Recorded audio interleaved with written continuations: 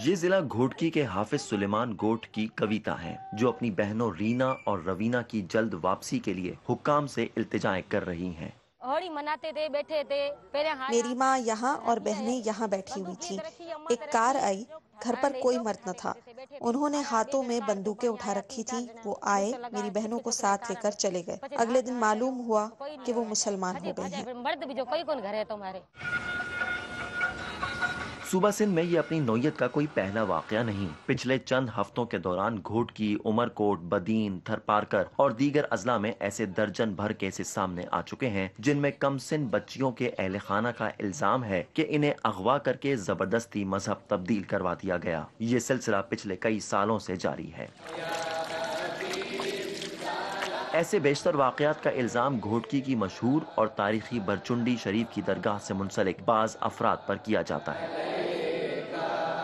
ان کا موقف لینے کے لیے ہم نے اس اوطاق کا رخ کیا جہاں لڑکیوں کو مبینہ طور پر جبری اسلام قبول کروایا گیا۔ یہاں ہماری ملاقات مولانا جاوید احمد بن عبدالحی سے ہوئی۔ انہوں نے اس بات کا اعتراف تو کیا کہ لڑکیاں یہاں اسلام قبول کرتی ہیں مگر ان پر کسی قسم کی زبردستی نہیں کی جاتی۔ الحمدللہ کافی لڑکے بھی ہوتے ہیں، پوری فیملیاں ہوتی ہیں جس میں پورے گھرانے ہوتے ہیں، وہ بھی مسلمان ہوتے ہیں۔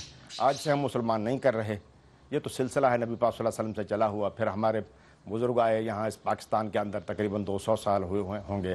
حضرت حافظ محمد صدیق رحمۃ اللہ علیہ جو کہ بھرچونڈی شریف کے بانی ہیں، انہوں نے بھی یہ کام کیا۔ مولانا عبید اللہ سندھی وہ کسی تعارف کا محتاج نہیں ہے، الحمدللہ وہ بھی ہمارے بزرگوں کے ہاتھوں پر مسلمان ہوئے تھے۔